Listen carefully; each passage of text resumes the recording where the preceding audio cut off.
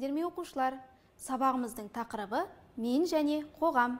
Бүгінгі сабақта қоғамдық орындарда өзін-өзі ұстау ережелерін білесіңдер. Балалар, мұқият ойланып, ребустың шешуін тауып көріңдерші. Қораз, ғарыш және мұз. Қораз сөзіндегі соңғы үш әріпті алып тастаймыз. Ғарыш сөзіндегі соңғы үш әріпті аламыз. Ал мұз сөзінде соңғы екі әріпті алып тастаймыз. Қандай сөз шығады?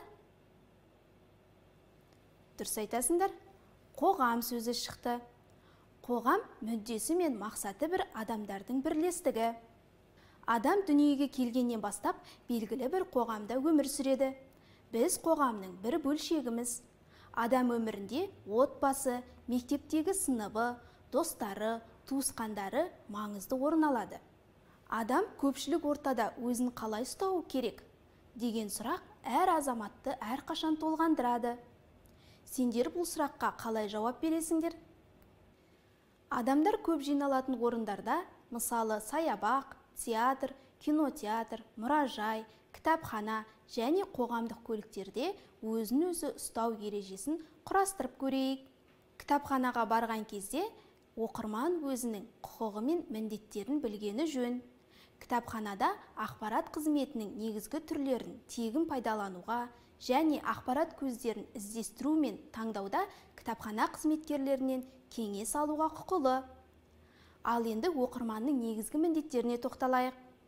Кітаптар мен басқа да ақпарат көздеріне және кітапхана мүлкіне ұқыппен қарауға, кітапханадан алған басылымдарды белгіленген мерзімде қайтаруға міндетті. Келесі кезекте театр әдебіне тоқталайық. Театрға барғанда ұқыпты, жинақы, таза киіну керек. Қойылым басталғанға дейін шамамен 15-20 минут ерте баруға тырысыңдар. Орындарыңа отыратын кезде отырған көрерменге теріс қарап өтпеу керек. Театрға барарда осындай ережелерді естен шығармаңдар. Қойылым арасындағы үзіліс кезінде сырт киімдерін алатын уақытта адамдар тыныштық сақтап, ақырын сөйлесуі керек. Қойылым аяқталғаннан кейін көрермендер әртістерге қол соғып, гүл шоқтарын сыйлайды. Актерлер сахнадан кеткенде ғана залдан шығу керек. Суретке назар аударыңдар. Балалар кинотеатрда, театрда әдептілік сақтап тұр ма? Осы туралы айтып көріңдерші.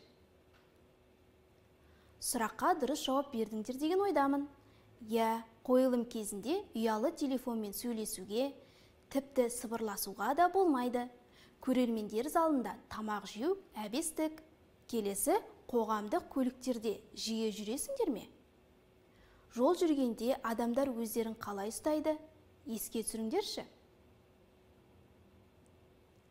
Жақындап қалған көлікке жан-жағына қарамай жүгіруге болмайды. Бұл өте қауіпті. Ең алдымен көлік ішіндегі жолаушылардың шығуын күтіңдер.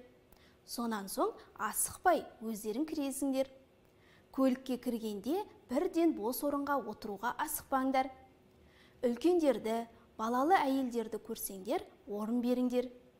Сондай-ақ ер азаматтың қыздарға орын бергені дұрыс. Көліктен ер адамдар бірінші түсіп, өзінің жолдасына немесе қарт кісілерге көмек көрсеткені абзал. Көлік ішінде қатты сөйлесуге, күлуге болмайды. Сыбырлап сөйлескен жөн. Ендеше балалар, бейне материалға назар аударыңдар. Балалар, бүгін біз мұражай ережелерімен танысамыз.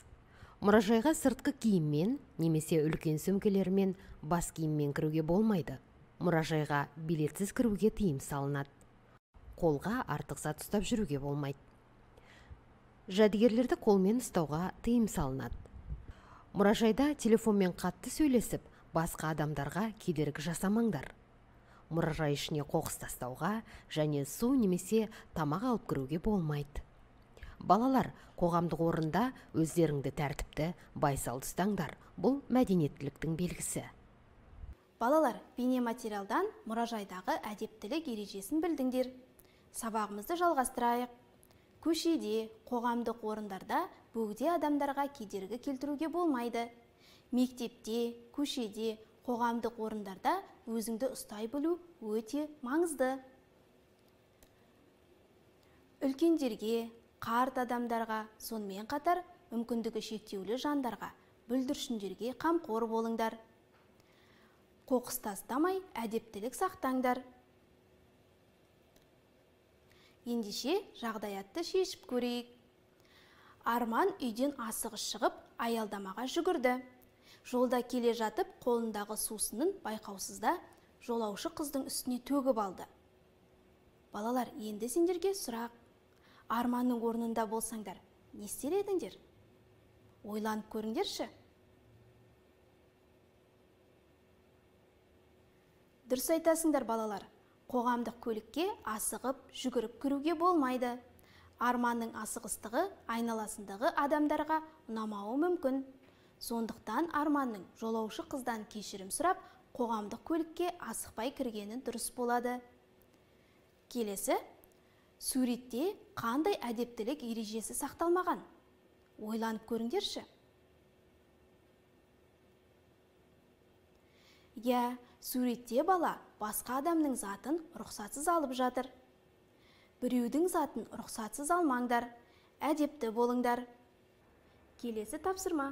Адам кітапханаға барғанда өзін өзі қалай ұстау керек? Қалай ойлайсыңдар? Балалар, ендеше сұрақтарға немесе жоқ деп жауап беріңдер.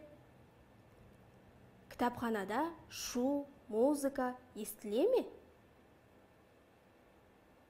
Жоқ, естілмейді. Қатты сөйлеп, күлуге, әңгімелесуге бола ма? Жоқ, болмайды. Сырт киіммен кітапханаға кіруге бола ма? Жоқ, сырт киіммен кітапханаға кіруге болмайды. Кітапхана ережесін сақтау керек пе? Кітапхана ережесін сақтау керек. Рұқсатсыз кітапты алып кетуге бола ма? Жоқ, алып кетуге болмайды. Алған кітапты уақытында қайтару қажет пе? Алған кітапты уақытында қайтару қажет. Кітапханада телефонның дыбысын өшіру керек пе?